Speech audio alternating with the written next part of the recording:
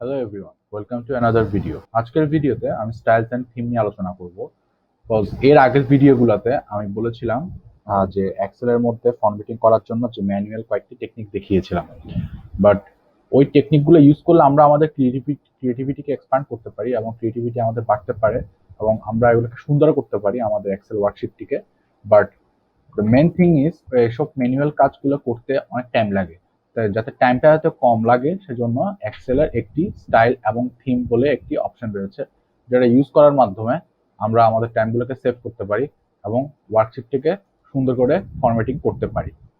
তো চলুন দেখে নিই। ফার্স্ট আমরা দেখতে পাচ্ছি যে এখানে সেল সামারি বলে একটু বড় একটা হেডিং দেওয়া আছে, বাট এটাকে চোখে পড়ছে না। ফার্স্ট এটাকে সিলেক্ট করবো, দেন দেখবো যে এখানে কিছু অপশন রয়েছে।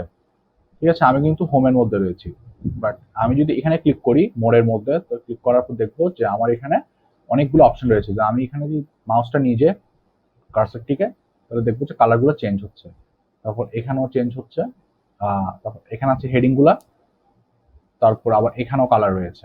তো আমি ফার্স্ট হেডিং 1 দিচ্ছি, যদিও এই যে এখানে হেডিং 1 লেখা আছে। ওকে, তারপর এবার আমি চাচ্ছি যে এই যে কলাম নেম যেগুলো আছে ওগুলাকে একটু কালার করব। সেটা করার জন্য সেম এখানে যাব, এখানে গিয়ে আমি আমার মতো একটা সিলেক্ট করে নিব, বললাম। তারপর চাচ্ছি যে আমার ম্যানেজার যারা আছে এখানে, সেই ম্যানেজারদের নামগুলোকে একটু হাইলাইট করার জন্য, সেটা করার জন্য আমি এখানে যাব। যাওয়ার পর আমি এখানে হেডিং 2টা দিতে পারি, 2টা না দিয়ে 3, হ্যাঁ 3টা দিই। ওকে, দেন সবার শেষে যে টোটালটাকে একটু ভালো করে হাইলাইট করাইতে হবে। কোর্স এই যে টোটাল, এটা চোখে পড়ে সহজে, তো সেটা করার জন্য এখানে যাব। এখানে দেখেন যে টোটাল বলে একটা ডেডিকেটেড একটা অপশনই রয়ে গিয়েছে। মাইক্রোসফট এক্সেল আমাদের একটা ডেডিকেটেড একটা অপশন দিয়ে রেখেছে টোটালের জন্য। টোটালে ক্লিক করব, এটাকে টোটালটা আমরা একদম ক্লিয়ার করে আবার দেখা যাচ্ছে।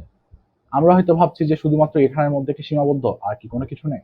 না, আরো অনেক কালার আছে এবং অনেকগুলো সিস্টেম রয়েছে, আমি দেখাই। আমরা ফার্স্টে পেজ লেআউটে যাব। পেজ লেআউটে যাওয়ার পর আমরা এখানে দেখতে পাচ্ছি থিমস বলে একটি অপশন আছে। আমি যদি থিমস এখানে ক্লিক করি, তাহলে দেখতে পারবো যে আমার এখানে আরো অনেকগুলো অপশন রয়েছে কালারগুলো চুজ করার। তা আমি যদি এটাকে চয়েস করি, দিলাম, তাহলে কালারটা চেঞ্জ হয়ে গেল। তারপর গিয়ে দেখবো যে এখানে কালার্স বলে আরেকটি অপশন আছে। কালার্সে ক্লিক করবো, তাহলে এখানে আরো অনেকগুলো কালার্স পাবো আমি।